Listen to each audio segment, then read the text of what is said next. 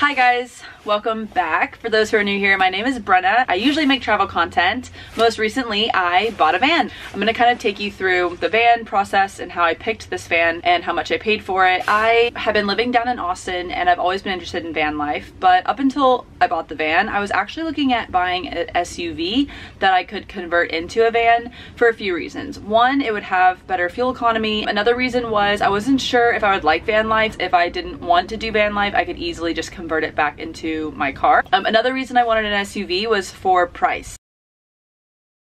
I have been putting away some savings, but I do not make a lot of money. I think I make about like 30K a year at my job, so I didn't want to get a van that would cost more than I made in a year. That was just kind of like a rule of thumb. I really wanted it to be somewhere between like $12,000 and make $18,000. I felt comfortable getting a loan in that amount. Overall, my intention was to have the car note and the insurance be less than like $500. Ideally $450. See, the thing for me is like I kind of feel like in life, you know, especially not making a lot of money, you kind of have to make priorities. And for me, saving money is a huge priority. So I always save 30% of my income. And because of that, I don't have that much disposable income. With that being said, I then decided early on that I was either going to have an apartment or I was going to have a car, but I wasn't going to have both, just because at this point, if I had both, I wouldn't be able to save any money. And saving money is how I'm able to travel. And that is such a priority for me. It also allows me more freedom in making decisions because I have a little bit of a nest egg to fall back on.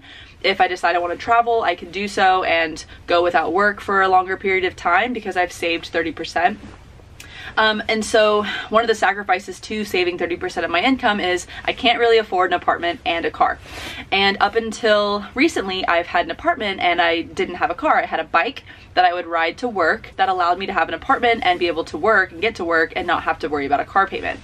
So when I was looking at how I was going to finance a vehicle, my intention was to basically replace my rent with a car note and insurance, because as soon as I bought a vehicle, I was going to get out of my lease and kind of move that expense over into a car payment. So I know it was kind of long-winded, but I really want to try and be as transparent about like my thinking in terms of money and how I'm able to like budget and afford all of this stuff. So basically over the holiday season, I was really bored one day, just kind of chilling. So I got online and I was looking up cars. My twin sister actually works at a car dealership, so I was looking specifically at her car dealership for vehicles. And what I was looking for at this point was either a Subaru, Outback, or Forester. I really wanted a Toyota 4Runner, but those are so expensive. Even used ones are so expensive.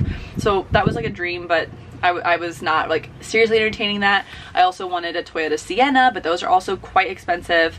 And then honestly, if I was gonna really be budgeting, I looked at getting a Toyota Prius because even though they're really small, they have great gas mileage, probably the best on the market, and they have a climate control function inside the vehicle where you can basically kickstart the battery inside the car and it keeps the car at a certain temperature throughout the night. So that's like a climate control feature that makes the Toyota Prius really unique, especially if you're living in a vehicle. The Toyota Prius would be the one I would personally pick, just food for thought if you're thinking of living in a car. Anyways, I found a Toyota Prius like hatchback at my sister's dealership and it was I think like $18,000, which right now in the car market it seems like a lot, but I hadn't seen anything even remotely under $20,000. So I immediately called my sister and wanted to go look at it. I ended up going up to see my sister at her dealership, you know, go and take a look at this hatchback, and immediately just decided no. One of the priorities for me with picking a vehicle was I wanted the ability to be able to sit up inside the vehicle while sitting on the ground of the car or the SUV. Just because like thinking about it, right? Like if you're changing in your car, you're making food in your car, if it's raining outside, you don't want to have to get out. You need to be able to sit up and like change your clothes and cook. And so I really wanted to be able to be in a vehicle, even if it was an SUV, that was big enough to completely sit up in when you're sitting on the bed, ideally. And as soon as I looked at that Toyota hatch or that Prius, I was like, nah, you're not gonna be able to do that. Prius, out the window. And I just kind of was like, okay, so car salesman that was helping me decided we were gonna go walk the lot. I did look at a Subaru Forester, which I loved. It was a little cramped when you put the seats down. Your head was still like just almost about to touch the ceiling, and I wasn't feeling too great. We did also look at a 4Runner, and it was perfect, but like $40,000, and I was like, no, I can't afford that. Yeah. Also, a little backstory, kind of backtracking. I had called my insurance, and I had gotten a pre-approved for a $23,000 loan. So I was looking within that range for a vehicle. All of these vehicles were kind of outside of that range, but I did have some savings, so I was willing to put like $2,000 down for a car. So at that point, none of them were really speaking to me. And then, because my sister works at the dealership, we were able to go into what they call the pit of the dealership, which is basically where cars are stored that have been traded in and haven't gone through the Toyota pre-approved, like the car has been like checked, the checklist. I don't remember what it's called. As soon as we walked back there, I saw Pebbles, this girl. And to be quite honest, I saw the Mercedes-Benz logo and just how cute she looked, and I honestly didn't even want to look at her, because the last van that I had looked at was like $80,000, and I didn't want my little heart to get excited and then broken when I got like the $50,000 range told to me about the van.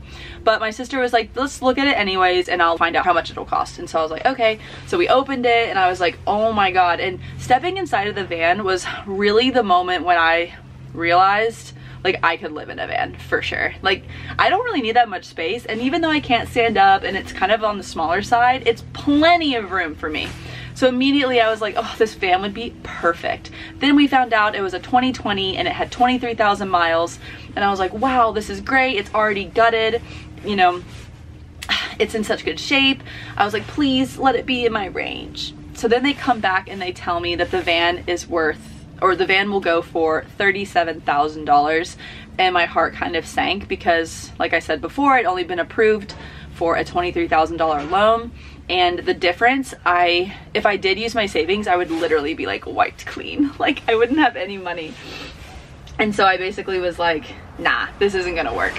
Basically, my parents and my sister were like, this van is perfect. With the way the market is right now with used cars, there really isn't going to be a van that's this cheap, even though it's not cheap at all. It's really expensive. But for the market of vans, this is pretty much a steal.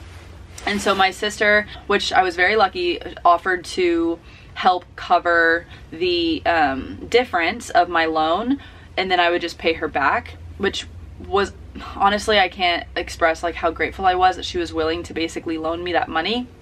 So that was going to be what we did. I was going to put the like $12,000 or $15,000 down, whatever it was. My sister was going to do that, and I was going to pay her back very slowly, and then I was going to use my loan of $23,000 to cover the rest. And so that's what we agreed on. Pause, because this was also right before my birthday. We had a birthday party planned, and so I basically laid claim on the van, and I was going to come back the next day to like do the paperwork and actually buy the van. That next morning, before we went into the dealership, I actually called my insurance back, and I told them that I had found a specific vehicle that I'd like them to run and tell me if like there was any way I could qualify for like a $30,000 loan, just to, you know, test it.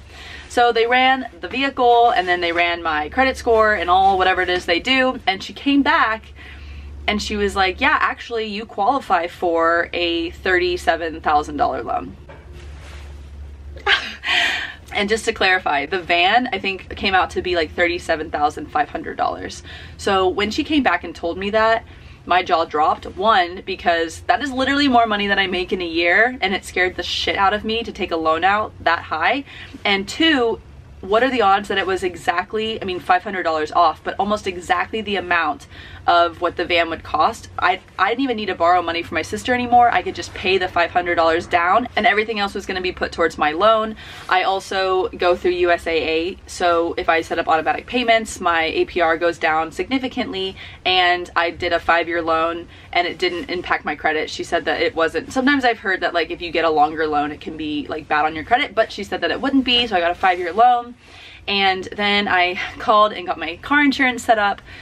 Long story short, with my car insurance, which I paid more for because I also got renter's insurance on the vehicle, and I got technology insurance, and I got like gap insurance, which is basically like if my car gets totaled, I'm not having to pay the difference. I got all these insurances, which I can go into if you guys are interested, but that's basically it. And then the car note comes out to a little less than $700 a month. Now, I just want to say really quick, that is a lot of money for a vehicle. Like, it's a lot of money for me, and I'm sure those watching, you're probably like, what the like, yes, that is a lot of money to pay for a car payment and insurance. But stay with me, because remember what I said earlier, I will have an apartment or I will have a car payment. At this point in time, I am actually paying $695 to rent the place that I'm staying in Austin. So it's an even exchange. I am basically giving up my room, and I'm going to transfer what I would have paid for my apartment over to just paying for my car. And it's basically, in my mind, I'm not saving any money by having a van by any means, but I'm also now able to, for the exact same amount, have a home that I can drive around the country, which is really what is a priority for me. So that is why, you know, and everyone's situation is different. This is just my story and like my thoughts behind why I felt comfortable enough to have such a high payment. Yeah, I basically am going to live in this van, and it is going to be my apartment. And actually it ends up being cheaper because aside from gas and food and renovating the van, my cost of living is going to be less than $1,500 a month.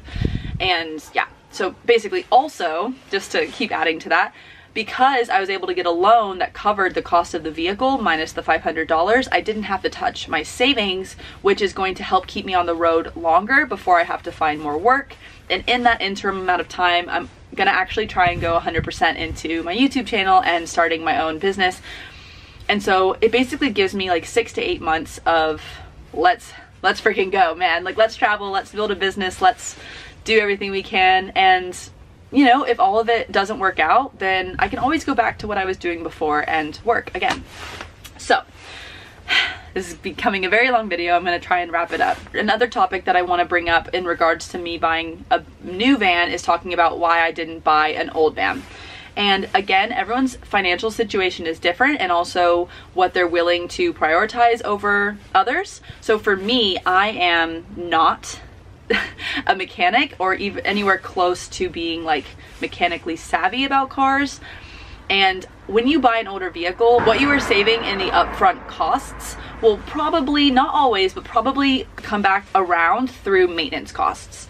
So you might be able to get a vehicle on Craigslist or Facebook Marketplace that's $4,000, you know, $5,000, but it might have, you know, over 100,000 miles on it, which just naturally means that the car is going to need more maintenance. This vehicle, because it's only a 2020, it's still under warranty, so all of those costs are covered. If anything were to happen during the first year or two that I have this van, I can just completely, you know, I don't even know actually, but like switch it out, or it's covered somehow. So for me, like with my way of thinking about it, even though I could have paid a few things. One, I didn't want to deplete my savings, and paying for a vehicle outright would obviously be more money up front. And I didn't really want to put money up front if I could help it, because one, I want to be able to build my credit. And two, I just want to be able to have more money in my savings account and just have to factor in a monthly payment, which to me is a lot more manageable than paying for a lump sum up front and then potentially having mechanical problems that you can't predict and having to address those when they arise, and potentially paying for more maintenance with money that maybe you do or don't have, if that makes any sense. So for me, the risk of an older van having more issues and the cost associated with that risk wasn't worth it to me, when I could just have kind of a steeper monthly payment but have more security in the fact that the vehicle is new and under warranty, and that I would just have more time to pay it off and not have to delay traveling. I just wanted to take action on getting on the road as fast as possible, and recouping the money I've spent outright on a cheaper van wasn't something I was willing to do. But, you know, I do know people and I've watched tons of videos on YouTube of people who do buy kind of an older van, and it's amazing for them and they have absolutely no problem. That's just my thinking behind the two options. So yeah. Okay, and so I'm gonna end this video with just talking about future plans for the van and budget. At this point, I'm gonna be honest with you guys. I don't really have a burning desire to renovate the van. Carpentry is not my strong suit, and I don't really feel like trying to learn it, if I'm quite honest with you at this point. What I think I'm gonna do, I'm still researching it, is actually go to IKEA and build my van out with IKEA furniture. And for me, that's gonna be the no build build. That's gonna get me through a few months of traveling, and then maybe I'll be like, yeah, I actually wanna build it out, and then in which case I will do so. But that is pretty much my future plans, and I'm gonna drive her around. And if you have anywhere you want me to go, let me know in the comments below. I'm so excited. So I officially will quit my job at the beginning of March, and then it's go time. We're gonna just hit the road, and I will take you along with every step. Until next time, thanks for watching. If you have any questions, please let me know in the comments below. I'd love to answer them. All right, see you in the next video. Bye.